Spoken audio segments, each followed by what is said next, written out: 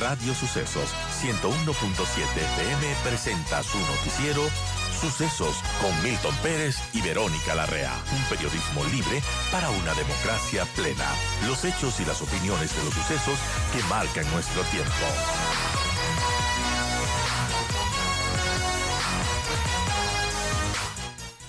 Saludo a Alberto Acosta, analista económico, editor de Análisis Semanal, economista. Gracias por acompañarnos. Buenos días. Ayer se cuantificaba más o menos en unos 20 millones los 3 primeros días de manifestación de pérdidas en el país. El impacto que se tiene cuando se paraliza la producción del país, cuando se paraliza el comercio, siempre es alto. Buen día. Muy buenos días, un gusto estar con ustedes. Lamentablemente, las protestas han sido extremadamente violentas, han violentado los derechos a la propiedad de las personas, han invadido instalaciones industriales como la planta de Provefruit en Cotopaxi, florícolas, además que han impedido la actividad económica. Entonces aquí hay un daño, primero por las ventas que no se hacen, los empleos que se destruyen, los productos que no pueden llegar a los mercados. Ese es un primer daño que es importante y que es cuantificable de manera sencilla.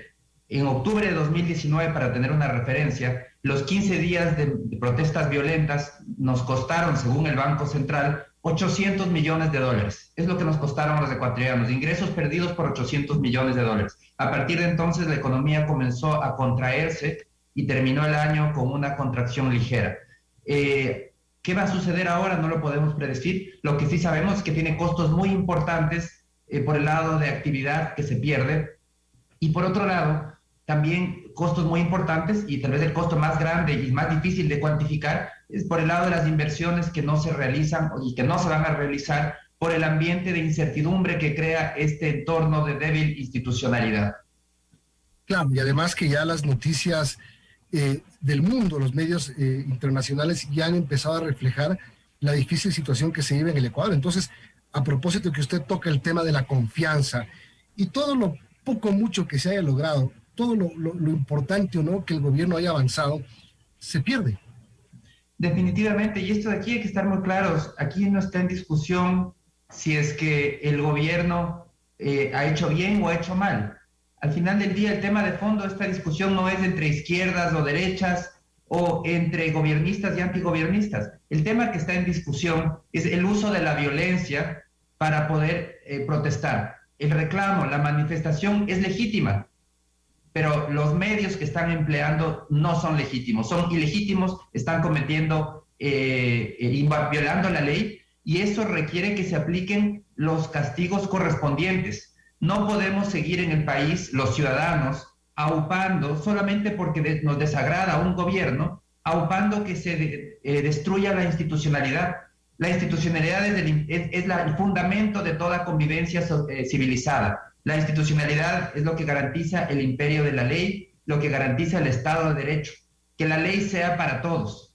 Eso tiene que aplicar siempre, hasta en las peores circunstancias, tiene que aplicar el imperio de la ley. Quien viola la ley tiene que responder frente a la justicia, sea quien sea, por más violento que sea, tiene que responder frente a la justicia. Es lamentable que una protesta, que yo creo que tiene muchos motivos reales, la población vive una situación muy compleja. Tenemos una economía que se está deteriorando desde 2014 y que la pandemia la deterioró aún mucho más. Es real que hay menos empleos de los que había. Tenemos 620,000 empleos menos, empleos adecuados, menos de los que teníamos en septiembre de 2014. Entonces, hay motivos de descontento, existen, pero lo que no es aceptable bajo ningún concepto es que se use la violencia y se deteriore la institucionalidad del país, porque al final del día el costo que eso tiene para los ciudadanos es mucho mayor. ¿Qué es lo que queda sin institucionalidad? ¿Qué es lo que nos queda? Solo el caos y la ley del más fuerte. Ese es el entorno perfecto para hacer crecer la pobreza, para que empeoren las condiciones, para que desaparezcan las inversiones, se ahuyenten las inversiones. Al final del día es más pobreza para todos. Vamos viendo el tema interno, economista. 1.400 barriles de petróleo diario por el cierre de los pozos, y eso que a costa de 10 militares heridos se evitó que se cierre otro más. El sector floricultor, por ejemplo, paralizado en el norte y en el sur de la provincia de Pichincha, ya venían mal por la guerra de Ucrania y Rusia. Ya tuvieron un mal San Valentín. ya tuvieron 2 años malos por la pandemia y el remate, esta paralización. Definitivamente vemos que la economía lamentablemente estaba en un proceso de lenta recuperación. Estábamos recién saliendo del punto más bajo que fue el 2020 por la pandemia. Todavía al día de hoy la economía no vuelve a ser lo que fue en 2018 o en 2019. Y a este entorno de lenta recuperación le sumamos ahora un componente que vuelve a cerrar las actividades. La pandemia fue en el 2020 el motivo de las cuarentenas y de cierre de actividad económica. Ahora es lamentable que tenemos una nueva pandemia, un nuevo motivo de cierre de la actividad, una nueva cuarentena forzada, y viene por el lado de una protesta que se desvió de la ruta legítima que debe haber tomado. La protesta no la estoy cuestionando, lo que estoy cuestionando son los medios. La protesta es legítima, está contemplada en la ley, en la Constitución, pero tiene que respetar las leyes. Y eso es lo que no ha hecho esta protesta. Nuevamente quieren imponer por la fuerza ciertos grupos de violentos, quieren imponer sus agendas particulares a todos los ecuatorianos. Eso es lo que es inaceptable, porque existen las leyes y tenemos que respetar los ciudadanos, hacer exigir el Estado de Derecho, hacer exigir la institucionalidad, que se cumpla con las leyes. Las leyes son para todos, nadie está por encima de la ley. Pero Sí, son las 8:26 y estamos viendo lamentablemente titulares que solo nos hablan de pérdidas. Por ejemplo, en los mercados de las 5 principales urbes ya se registran alzas de precio y los comerciantes de Quito, Guayaquil, Cuenca, Ambato, Santo Domingo atribuyen obviamente el aumento de los costos de los fletes por el cierre de las vías, como es lógico. Y eso contradice para lo que están protestando la gente de la CONAIE, que dice por el alto costo de la vida, pero con estas movilizaciones, con estas paralizaciones, Alberto, encarece aún más la vida. Definitivamente, ¿quién gana, mejor dicho, quién pierde por estas manifestaciones? Los ciudadanos más pobres, quienes van a perder el empleo, porque va a haber empleos que se van a destruir. Si no hay ventas, se destruyen empleos. Ya lo vivimos en 2020. Las ventas se detuvieron y simplemente los empleos se destruyeron, se esfumaron. Y al día de hoy tenemos una situación crítica en cuanto al empleo formal. Esto de aquí viene a ahondar ese problema. Van a ser más empleos destruidos, van a ser más ventas que no se realizan, más productos que no se pueden sacar a los mercados, productos agrícolas que se pudren en la planta porque no hay cómo venderlos. Al final del día, todo esto lo que hace es agravar la situación tan compleja que están viviendo muchísimos de los ecuatorianos. Por eso es que la protesta debe haber ido por una ruta legítima, sin generar destrucción, sin generar pérdidas económicas, porque al final del día lo que están haciendo es deteriorando la situación de todos los ecuatorianos. Vemos, por ejemplo, qué sucede el riesgo país. El riesgo país el día lunes se disparó más de 100 puntos a más de 900 puntos, y la gente dirá, bueno, ¿y para qué? ¿Y eso a mí qué me importa? Bueno, significa, simplemente el problema es que el riesgo país determina el costo de financiarse en el exterior, y todos los países, y el Ecuador también, depende del financiamiento externo. Entonces, al día de hoy, el Estado, por ejemplo, tendrá que destinar muchísimos más recursos para pagar esos intereses más altos debido al incremento del riesgo país, dinero que pudo haberse usado para salud o para educación, pero que ahora tendrá que destinar a pagar intereses más altos.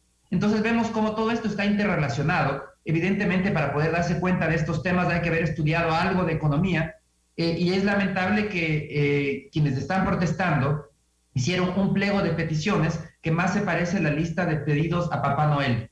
Piden infinidad de cosas que incluso son contradictorias entre sí. Por un lado, quieren más dinero, más inversión en salud y en educación, y al mismo tiempo dicen más dinero para subsidiar vehículos, para subsidiar combustibles. ¿Cómo es eso posible? O lo uno o lo otro, pero si no hay dinero para nada, que querer gastar más en las dos áreas es simplemente inconcebible. Piden más inversión pública y al mismo tiempo piden que se reduzcan los ingresos fiscales por petróleo y por minería. Menos petróleo, menos minería, menos ingresos para el fisco. Entonces, ¿cómo es esto? Quieren que el Estado gaste más, pero también quieren que el Estado tenga menos ingresos. Es absolutamente incoherente. Piden, por ejemplo, precios justos para los productores agrícolas. ¿Qué significa eso? Precios más altos para la producción agrícola.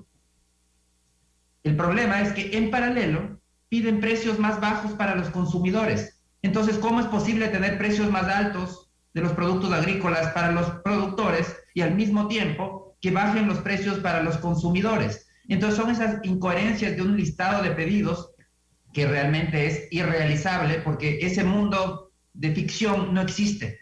El mundo es un mundo donde hay que tomar decisiones y que cada decisión tiene un costo de oportunidad. Siempre hay que dejar de hacer algo para lograr otra cosa. Entonces, lamentablemente, estos reclamos no tienen pies ni cabeza y al final del día lo que generan simplemente tiene un objetivo político. Yo creo que lo que debemos de entender y qué debe sacar el gobierno de este reclamo es que es necesario hacer mucho más, porque hay un tema de fondo que es una deteriorada situación económica. Eso es una realidad y el gobierno tiene que adoptar esas reformas estructurales para acelerar el crecimiento económico. Hay que hacerlo, es urgente, la población está cansada. Esa yo creo que es la enseñanza que tiene que sacar de este episodio. Pero lo que hay que estar muy claros es que la solución no es seguir una receta que no tiene ni pies de cabeza, que es lo que pide la CONAIE. Es justamente a lo que yo me iba a referir, economista. Cuando usted ve los 10 puntos que piden, esto se parece más a un tema, lancemos esto, pero el trasfondo es otro. Es decir, no nos importa que se cumplan, lo que queremos es otra cosa. La pregunta aquí es, ¿cómo se destraba? Digamos que la protesta va a seguir así unos días más, ya viene el fin de semana, a lo mejor baje de tono, si es que no sucede lo contrario, obviamente, pero ¿cómo se cambia el rumbo? Porque el gobierno también tiene que cambiar el rumbo. Tampoco es que están de gratis en la calle, ¿no? No, por supuesto, no. Aquí hay que estar muy claros. Yo no cuestiono, en ningún momento cuestiono los motivos para protestar. Yo creo que los motivos existen. Hay un deterioro, como mencionaba, el empleo adecuado. Tenemos 620,000 empleos adecuados menos que los que tuvimos en septiembre de 2014. Eso es un motivo de preocupación. Desde 2014 los empleos adecuados vienen deteriorándose y eso la población lo siente, son menos ingresos para las familias. Tenemos una economía que todavía no vuelve a ser lo que fue en 2018 o 2019. Eso también es absolutamente preocupante. Entonces, aquí yo creo que hay motivos absolutamente justificables para protestar. Lo que sí cuestiono, y de manera enérgica, es la violencia como mecanismo de protesta, el violar la ley como mecanismo de protesta. Eso es lo que es inconcebible. Por otro lado, ¿qué tiene que hacer el gobierno? El gobierno tiene que tomar medidas, reformas estructurales urgentes para que la economía crezca. ¿Y cómo se logra que la economía crezca? Primero, desechando esos 10 pedidos de la CONAIE. Esos 10 pedidos no son el mecanismo para que la economía crezca, es el mecanismo para distribuir la pobreza, para que haya más pobreza. Porque lo que ellos quieren es controles de precios, quieren menos ingresos para el Estado, quieren achicar el tamaño del Estado con todas sus decisiones. Lo que necesitamos es, por el lado fiscal, el Estado tiene que priorizar el gasto. Tiene que priorizar en lo importante, salud, educación y seguridad, y dejar de gastar en lo demás, en lo que no es prioritario, en lo que no le cambia la vida al ciudadano. Tiene que buscar la calidad en el gasto y transparencia en el gasto, mejor rendición de cuentas. Es una reingeniería del Estado que es urgente, que no puede esperar más. Necesitamos un Estado que dé servicios a los ciudadanos y servicios de calidad, no los servicios mediocres que tenemos en la actualidad en salud, en educación, en seguridad. Eso es inaceptable. Necesitamos calidad en ese gasto. Eso por el lado estatal. Pero por el lado privado, lo que hay que hacer es despertar la inversión. Sin inversión no hay más producción, no hay generación de empleo, no hay generación de riqueza ni de bienestar.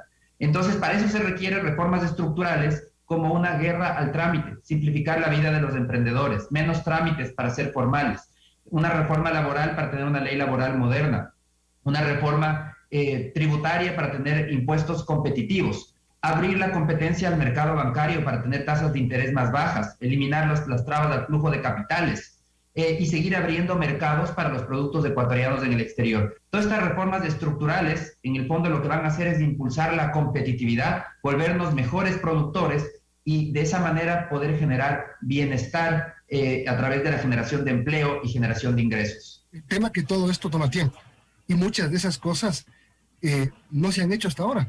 Sigue siendo un tema de anuncios y más anuncios. Lo que necesitan seguramente en muchos sectores sociales que están protestando es una medida de efecto inmediato para que los tranquilice además.